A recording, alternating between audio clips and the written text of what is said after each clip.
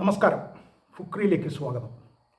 Gujarat Titans അങ്ങനെ IPLൻ്റെ ഏറ്റവും ടോപ്പിലെത്തിയിരിക്കുന്നു. Point ടേബിളിൽ ഏറ്റവും മുകളിലെത്തിയിരിക്കുന്നു. യഥാർത്ഥത്തിൽ ഗുജറാത്ത് ടൈറ്റൻസിൻ്റെ ഈ ഒരു കുതിപ്പിന് പിന്നിൽ ഒരു ഘട്ടത്തിൽ അവർ വല്ലാതെ തോറ്റ് പിറകിൽ നിൽക്കുകയായിരുന്നു. ഇപ്പോൾ ഒന്നാം സ്ഥാനത്തെത്തിയ ഈ കുതിപ്പിന് പിന്നിൽ ഒരു പ്രധാന കാരണമുണ്ട്. അതെന്താണെന്ന് അറിയണ്ടേ? അത് ജെയ്സൺ ഹോൾഡർ എന്ന വെസ്റ്റ് ഇൻഡീസ് താരത്തെ ടീമിലേക്ക് കൊണ്ടുവന്നതാണ്.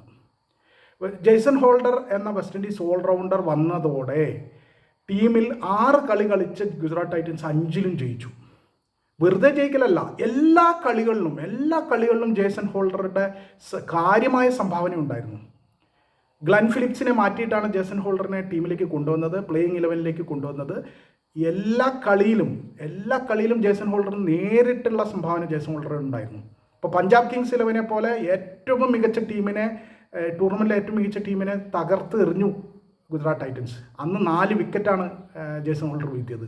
പിന്നീട് RCBയെ തോൽപ്പിച്ചു, അന്ന് 2 വിക്കറ്റ് വീഴ്ത്തി. ഇന്നലത്തെ ജയത്തിൽ യഥാർത്ഥത്തിൽ ഗുജറാത്ത് ടൈറ്റൻസിൻ്റെ ഗംഭീരമായി പന്തെറിഞ്ഞ് 3 വിക്കറ്റാണ് ജെയ്സൺ ഹോൾഡർ വീഴ്ത്തിയത്. അതും ഹെൻറിച്ച് ക്ലാസിനെ പോലെ അടിവീരനെ പെട്ടെന്ന് പുറത്താക്കി ജെയ്സൺ ഹോൾഡർ. അങ്ങനെ സൺറൈസേഴ്സ് ഹൈദരാബാദിന് എല്ലാ അർത്ഥത്തിലും പൂട്ടിക്കെട്ടി ജെയ്സൺ ഹോൾഡർ ഉൾപ്പെടെയുള്ള ആളുകൾ. കഗീസോ റബാദയ്ക്ക് അതിൽ പങ്കുണ്ട്, പക്ഷേ ഹോൾഡറുടെ സംഭാവനയാണ് പറയുന്നത്. ഹോൾഡർ വന്നതിന് ശേഷം നോക്കൂ, അദ്ദേഹം 6 കളിയാണ് കളിച്ച് 13 വിക്കറ്റാണ് വീഴ്ത്തിയത്. അതായത് ഇരട്ടിയിലധികം, 6 കളികളിൽ 13 വിക്കറ്റ്.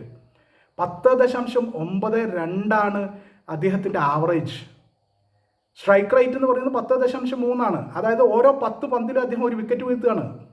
2020 24 പന്താണ് ഒരു ബൗളർ എറിയുക, അതിൽ 10 പന്തിൽ 1 വിക്കറ്റ്. അപ്പോൾ 2ൽ കൂടുതൽ, 2.5 വിക്കറ്റോളം അദ്ദേഹം ഒരു മത്സരത്തിൽ വീഴ്ത്തിയെന്നാണ്. ഇനി എക്കണോമി റേറ്റ് നോക്കൂ, 6.35, വെറും 6.35.